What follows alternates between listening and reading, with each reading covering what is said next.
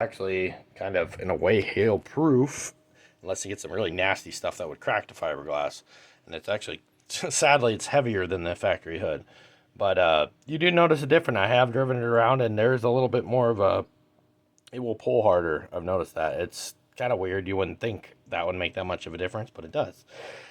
But anyway, just life changes, and that was if I want to buy a house, I gotta have money, for down payment and for payments, regardless for a house.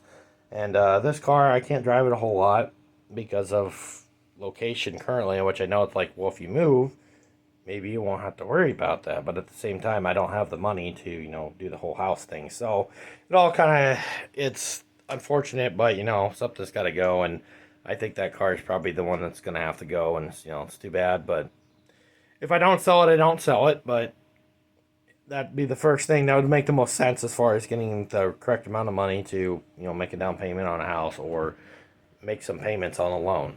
Anyway, so just a random video I decided to do. Like I said, everything unfortunately on the Ranger is currently at a standstill.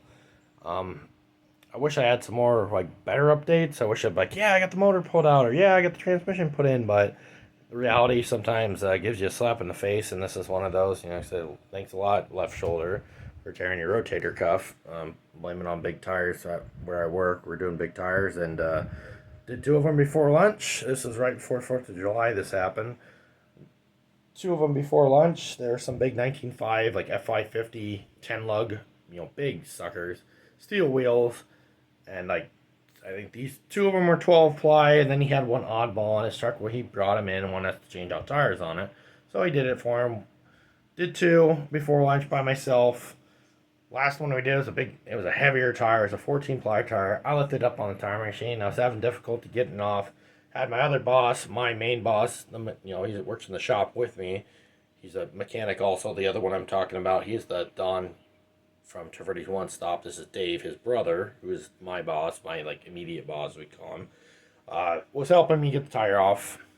No big deal. Didn't think anything of it. A little sore. Didn't think nothing of whatever. Walked over, started working on this Mazda SUV. I forget what it was exactly. I'm not too good with Mazda. Their models or whatever, like CX-9 or whatever they call it. I don't know. Some SUV, like 2014 Mazda SUV. I don't know what they call them. Anyway, it's like the size of like a Ford Escape. I don't know the Mazda stuff too well. Fords I know better, but not Mazdas. Didn't work on very many. Anyway, was doing brakes on it. Been thinking nothing of it. Just finishing up the brake job. Went to pick the tire out. All of a sudden, my left arm just goes foot, and I go. It felt kind of weird. I went to lift my arm up, and I couldn't lift my arm up. It like went dead. So I used my right hand and kind of helped it up, and then I got out of that little zone there where it was dead, and I was able to put the tire up on the car, and then my shoulder was just like, ow, that hurt. And then, told my boss about it, and I said, hey, I freaking, end of the day, I'm like, my shoulder's just killing me right now. And he's like, oh, yeah, really? You don't think anything of it. When you hurt your shoulder, you'll get over it kind of deal. I'm 35, didn't think I'd hurt anything. It's not like I did anything that crazy. Came back the next day, shoulder was hurting like hell. I finally told my other boss, who's kind of he's more in charge of like the whole like business thing, because it's a gas station slash, it's like a convenience store, and then we're like the shop, and then he works in the body shop. But he's like kind of the, I don't know, I guess you say owner, which they both are kind of co-owners, but he's like the, I don't know, the bigger boss, I guess you would say. he controls more of the gas station side of stuff. He has more say over that thing. Anyway, he decided, he's like, oh, you need to file a workman's comp claim. And I said, yeah, like, well, I want to go to the doctor and see what's going on. And of course, I went to the doctor, and they said, well, yeah, I think you might have hurt something, but we don't really know what's wrong. Let's go get some x-rays. All this one got x-rays. And of course, that day later, no, we got confirmation he didn't break anything in the x-ray. We didn't see anything obvious in the x-ray, but we do want to schedule an MRI. So I'd never gone to an MRI before. And so I was like, oh, all right, I guess I didn't really know what that all entailed. I knew you had to lay in the tube thing and have them scan it with this big loud banging noise thing the whole time, which, yeah, I wasn't that worried about. I'm not claustrophobic per se. Anyway, so sure enough, went back for the MRI and changing into the gown, all that wonderful stuff, and hopped on the table and I'm laying in there and they told me to hold my arm in this certain position, like down by my leg, like so. There, so I'd hold it there, don't move it, and then they put this little, kind of like a lead blanket thing over my shoulder, and about 15 minutes in there, all of a sudden my shoulder just was like just throbbing in pain, and it's just radiating down my arm. And I was like, this never hurt this bad. And I'm just sitting there just trying to like remain calm because they kept asking me, don't move so much, don't do this, don't do that. And I'm like, I'm trying very hard right now because they gave me this, like a nurse call button. It's like a little squeezy thing. Like, push that if you have any problems. I'm like, I'm about another 5% of this pain right here. I'm pushing this because, ow. And, of course, towards the end there, it was like 15 minutes, 10 minutes left in you. And they're like, try not to move. I'm sorry it hurts, but try not to move, try not to move. We're almost done. We got to redo a couple, but we're almost done. Anyway, so they finally got me out of there. I'm like, oh my gosh, that never hurt that bad before. So I knew then there, I'm like, I definitely hurt something. And because first I thought, I'll pull a muscle or, something like that. So anyway, that's real fun because, I'm dealing with workman's comp. And, I understand that's like, from the standpoint of an employer, oh, great, now my, like, employee can't do stuff. And we're a small shop. It's me and my boss, Dave. He's the mechanic. We work in the main shop, and he's like, he's got knee problems. He's an older guy already. He's in his 60s. And he's like, great, now the young guy can't do stuff, so I'm forced to do it. And I got back issues and all this. He's had a couple hernias, and, I felt kind of bad, but at the same time, like, I can't undo this. It's kind of late now. And it was just dumb how it happened. It wasn't like I was, like, doing something stupid. But anyway, yeah, so I've been dealing with that, and, now, of course, they're going to physical therapy and stuff, and they're all, oh, great, you got to leave an hour and a half early from work, to go to physical therapy and stuff, and, of course, then I don't come back because, I don't know if they think I'm going to come back for 15 minutes or whatever. I'm just like, nothing against them, but I'm like, what am I going to do in 15 minutes? I'm just going home with my shoulder, all that. This last, it would have been Friday, went to physical therapy. This will be my, I guess, technically third time. The first one was just kind of like showing me how to do it, but the second one, oh my gosh, I had a different physical therapist, and he was making me do stuff that, I'm not in super great shape anymore. Like in high school, yeah, I could probably do 40 push-ups or something like that, and I'd be okay. But after 20 push-ups, they were like, you'll lean against the table and do like a, I don't know, inverted, whatever you call that kind of push-up. Yeah, I was feeling that. My shoulders and my arms basically felt like jello when I walked out of there. I'm like, oh my gosh, this feels awful. I hope every session isn't like this. And that was a Wednesday of last week. Anyway, so then Friday, of course, I got my original guy again, and he's, I don't know, not as strenuous, I guess, when it comes to physical therapy stuff. So he didn't make me do the push-ups. I was just doing like the regular kettlebell and like the lat pulls and stuff like that. I'm working on your shoulder and arm muscles up here, upper body strength sort of stuff. And I walked out there feeling fine. I'm like, oh, I'm so glad I didn't have to do those push-ups, which I know that maybe they alternate. Maybe you don't do them every time. Maybe it's just a kind of get a baseline of what you can and can't do, I suppose. I'm not sure because I've never gone to physical therapy before, and I am not a fitness guy. I don't run. I don't do a lot of stuff. I'm the only thing I'm doing is probably drinking beer and relaxing, which I know that sounds like a complete lazy slob, but for the most part that could be true. But I on my feet, pretty much Monday through Friday, 8 to 5:30 Monday through Friday with an hour lunch break, like almost a regular person has, and that's what I do. And then sometimes Saturdays I work till noon, and doing automotive stuff, and that's what I do. I'm on my feet, let's say 95% of the day. The other 5% is lunch, and then if I'm taking a break, which I don't really take many breaks, maybe stand by my toolbox, take a drink of pop. That's a break, I guess you would consider it. Or if we're really slow, then yeah, maybe I sit down, but anyway, that's kind of the I don't know, kind of the stuff that's been going on with me right now. Like I said, that's why I haven't posted anything in a while. Plus, I've been trying to figure out a few things. Like I said, I currently have this mess of lumber laying in front of my shed that I had to rip out, and of course it rained and it's all warped, but it's all disgusting anyway. Because that loft up there, yeah, that's a great place for mice to live, and it was disgusting. I swept it before I ripped it down because it was so disgusting. You didn't even want to touch it. It was just covered in mouse poop. It was gross. Anyway, and I did my best to try to keep it off of me. But of course, then all the previous renters and stuff left all this junk. There's a bunch of planter boxes and this wicker shelf laying up there. Well, the coyotes are out again tonight. Or this evening, I should say. But yeah, like I said, it's kind of a slow process, and this has been the other things I've been messing with.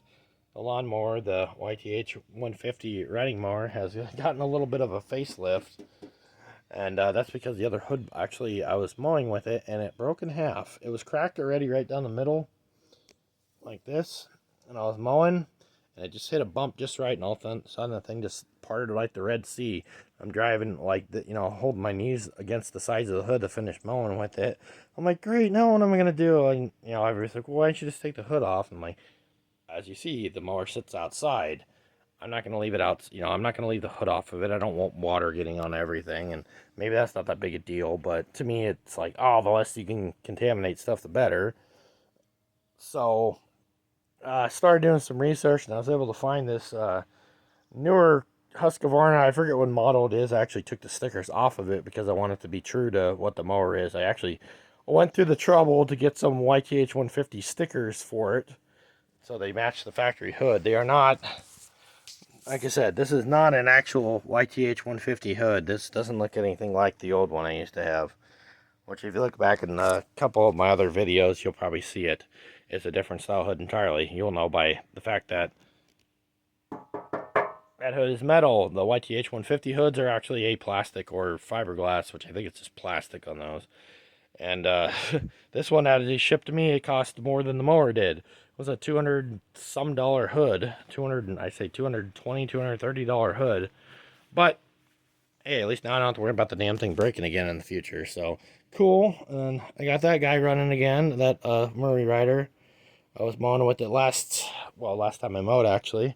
And then that John Deere, that one I think is going to be up on the chopping block for sale because I don't know. I like it, but I'm not overly fond of it. It was one of those mowers I bought because that Husqvarna had broken down on me, and I needed a mower to do stuff with. Well, that mower, it's an old mower. It's got its own set of issues. It's not that it doesn't run. It does what it needs to do, but the deck that I have on there's nothing really wrong with the deck per se. It's just a matter of it'll pop a belt off. You can put the belt right back on. It's not a big deal, but you always have to wait for the motor to cool down because you can't touch anything because of the way they have it mounted. The mule drive's up on the front and the exhaust is right above the mule drive. Well, it gets the mule drive really hot, so you can't touch the belt. The belt's like, touching an exhaust manifold. It's like, maybe not that hot, but still, it's over 100 degrees. You aren't touching it with your bare hands unless you want to burn yourself. You could probably do it with like a pair of welding gloves or something if you're really desperate, but I hate mowing enough the way it is. I'm not going to force myself to hurry up and get mowing done. I just do it and get done with it. That's why I have 3 mowers that all run and drive currently. Knock on wood. Yes, knocking on wood because that has been a ongoing issue at my house here. Mowers have always been finicky for me, and it is just time to do something about it. And that mower, I think I'm going to throw up for sale here in a little while. Just to send her on down the road. It's too bad. I was hoping it would be a better mower than it is, but it's just not really what I wanted. Like I said, it'd be cool for somebody that has like, I don't know, if you wanted to like run a snowblower or those sort of things, tiller sort of stuff. It has that capability because it has hydraulics and stuff on it. Like I said, 1977 John Deere 300 has a 16 horse Kohler single cylinder engine on it. It's the original engine as far as I know. It does have a Cub Cadet deck on it, which I put on there. It actually fits quite well, as you can probably see. But it does mowing things. I can mow with it, but like I said, it's getting old. It's got its share of issues. The hydro creeps. It does old mower things, which like I said, it's kind of annoying, but it is what it is, I guess, at this point. And like I said, I think I might be just thinking about sending it on down the road. Like I said, it's in better shape than when I bought it. I'll say that much, because when I first bought it, the dumb thing wouldn't even rev up. So, and it found a bunch of little issues with it. I spent $100 on it trying to get it running, and then through the process of putting the deck and stuff on it, I probably spent another, well, I probably spent about $30 trying to get the deck put on it, because I had to get a belt and stuff, and um, just materials for things. Plus, now it was probably about $40 because I had to buy wheels and stuff for the deck, because I wanted some rear gauge wheels for the back of the deck so it didn't scalp. I welded some on the back there, and they're a little bit newer style wheels. They're kind of a round plastic style, like you have on a newer, like, well, it'd be like on this Husqvarna. They're like a rounded, like, plastic wheel that a lot of newer mowers have on them. And honestly, it works pretty good for mowing. It's a pretty tough deck, I'll say that much. It can take some abuse. It's a 42-inch deck. That mower originally came with I think it was a 48-inch deck, which is, well, it's hiding underneath that pile of weeds right now. That the deck that's on top of there now actually is off that Snapper mower, because I finally took the deck off of that, because I don't know, that mower is it runs fine, but I think its mowing days are over, as far as like with me anyway. Unfortunately I just put new blades on it, which I was like, why? But as at the time I didn't really trust that John Deere mower yet, so I was just kind of hoping to hang on to that. But once I got this Murray mower running, that's probably the most reliable mower I have right now, and it's got its own little quirks, but it seems to work pretty darn good for, I guess, for the most part. Like I said, it's going to need a deck belt soon. That's about ready to bust in half on that thing, which it'll probably break the next time I mow with it, and then I'll probably be forced to use this guy again. Which, there's nothing wrong with it. It's just this has a 15 horse Kohler, that has a 17 horse Briggs, which is a lot better for the stuff I mow. And then that Snapper over there, that's got a 16 horse twin cylinder Briggs, which is a pretty good lugging engine, which is probably the most ideal mower for this property. But um, it's an older mower. It burns oil, so I try not to use it too much. And like I said, that's why I kind of made it into that. And plus, it was the best one to put that cherry picker thing on the front of it, because it's got the most heavy front end, other than this John Deere. This John Deere would be another suitable one for it. But like I said, that mower is, I think, up on the auction block or sale block here in the short near future, if I get around to it. It just all depends on what I feel like doing, because I don't know, I get kind of weird about stuff because I want to sell things, but at the same time I want to get decent money for things. I don't just want to give stuff away. I know everybody's like, well, that's an old mower, it isn't worth anything. I paid over $300 for that thing, so I'm not giving it away for $100. That's the thing. It may not look like much to some people, but somebody thinks those John Deere mowers are collectible, and I would prefer to sell to somebody who thinks it's worth something, not to somebody who just thinks it's just a garbage old mower. Which, yes, I technically think like that. I'm that guy, because I just buy stuff. That Murray right there, that was given, well, not given to me. I basically talked my uncle into giving it to me, because he was just letting it sit in the weeds and kind of become one with the earth. Because it had been sitting there for about 5 years, and like I said, I got it running again. And ended up, I mentioned it before, the battery cable actually rubbed through on the frame, and that's what was causing a majority of its issues. He said he couldn't get the start anymore. It did a bunch of stuff. It screwed up the starter, and ironically, the trail mower here, they use the same exact starter between these two, which is kind of surprising. They both, I forget, yeah, 10.5 horse Briggs on that trail mower that I built. That's a custom built trail mower. It has the same deck that John Deere mower has on it. They're both Cub Cadet decks of like a early 70s, late 60s vintage. I don't know. I never owned the mowers that they came with. I just bought the decks. A guy was selling them on Facebook Marketplace, and he said he gave me a good deal on them. I forget. I think I paid $100 for both of them, so I thought, that's cheap. I Can't pass that up. And plus, they're really tough. They're very thick, heavy duty decks. They work good for, we'll call it bush hogging, or, kind of heavier grass. Because these decks here that are on these mowers are pretty light duty. You got to watch it because you can bend stuff. The deck that was on this snapper mower, which is, kind of in the weeds right now, that actually is a pretty decent deck too, and I actually bent it when I was going down into the ditch in front of my house there. The grass had gotten tall. I went down into the ditch. A tree branch had fallen, and I caught it with the deck, and it actually bent the deck, and the blades were tinking against the deck, which is why I got new blades for that deck. It was kind of ironically shortly before I pulled it off, as end of the season, I put new blades on it, and then of course I decided to do this engine swap thing, and then I decided to take the deck off, and then while I was at it, that mower there, I actually put water in the back tires for ballast. And you're probably wondering, why would you put water in tires? Because, in the wintertime, that's not a good idea. I'll have to drain them out and just put air in them in the wintertime, just hopefully you don't forget.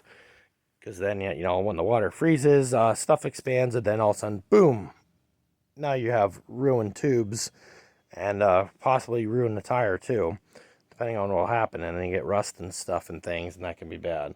But anyway, that's kind of I don't know, we're getting you up to speed with what's been going on in my life. I mean, I know a lot of you guys probably don't care, but that's where things are going, and this is how the progress is slowing, but there's still stuff happening. Like I said, right now I'm waiting on the engine. As far as that goes, I'm waiting on I told you that little fitting piece was different.